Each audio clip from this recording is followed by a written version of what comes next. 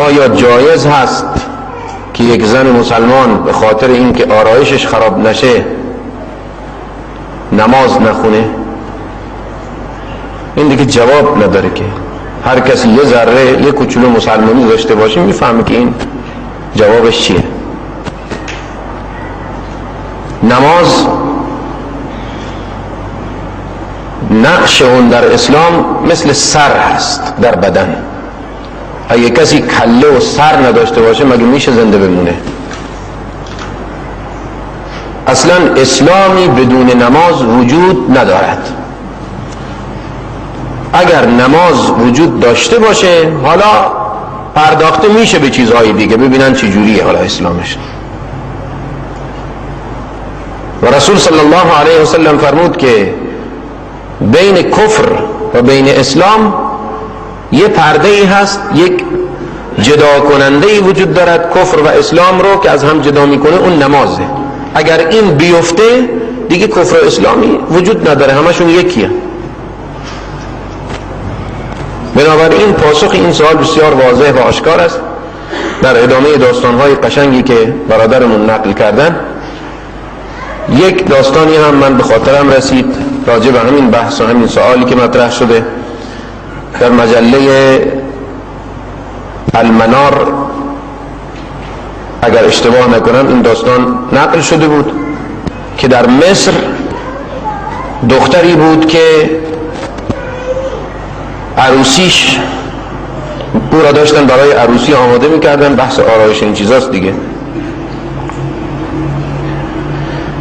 و چون خانواده‌ای بالاخره متمسک بودند و میخواستند که رعایت اصول و قواعد دینی رو کرده باشند، به جای اینکه دخترشون رو ببرن به آرایشگاه، آرایشگر رو آورده بودن به خونهشون که اونجا دخترشون رو آرایش کنه و اونو برای شب عروسی آمادش بکنه.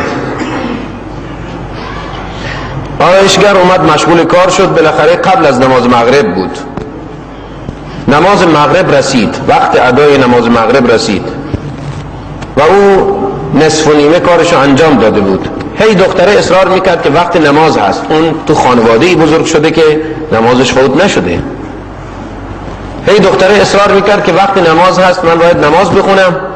و از اون برم خانم آرایشگر میگفت که نه نمیشه نماز بخونی، حالا یه روز نماز بخونی یا نخونی.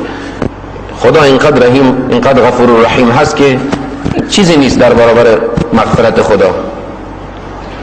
از اون طرف دختره فشار می آورد و هی جزا و فضا می کرد که نمازم داره قضا میشه و من نمیتونم چنین کاری رو انجام بدم. از اون برم اون یکی وسوسهش میکرد که اشکال نداره، حالا این چیزی نیست. بالاخره تحمل میکرد و هی کارشو ادامه میداد تا اینکه نتونست تحمل بکنه.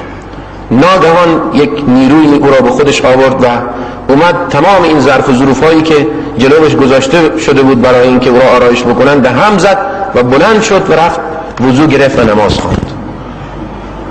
وارد اتاق شد برای اینکه نماز بخونه. خانم آرایشگر حالا بیرون تاسف میخورد که کلی کارم خراب شده و من باید از اول آرایشش بکنم و این چیزا. منتظر بود که دختر در بیاد، از اتاقش بیرون بیاد و کارشو ادامه بده. دیدن که دختر دیر کرد. او وضو گرفته بود و مشغول نماز خوندن بود. یه مدتی منتظر موندن، بعد یکی رو فرستادن که برو ببین چه کار داره میکنه، این که نیومد که دیر شد نمیتونیم آمادش کنیم.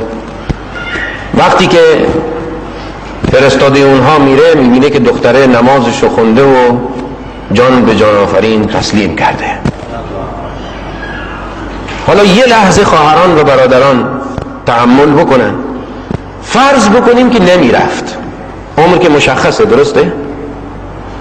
عمر مشخصه، ظرفش پر بود، عاقبت به خیر عاقبت به شر شدن یعنی همین.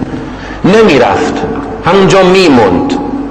کافی بود که نیم ساعت نه ربع ساعت دیگه اونجا میموند و رضایت به وسوسه شیطان و اون زن شیطان صفت میداد که زیر دست آرایشگر شیطان صفت بمیره. اون وقت ختم به شر میشد به جای این افتخار بزرگی که در نماز حالا فوت شده بود یا بعد از نماز در دعا فوت شده بود. اگر به این فرمایش خدای متعال توجه بکنیم که از ما خواسته که هرگز ای کسانی که ایمان آوردید تقوای خدا را پیشه کنید اون گونه که حق تقوای خدا هست و هرگز نباید بمیرد یکی از شما الا که مسلمان باشد. خب چه جوری میشه؟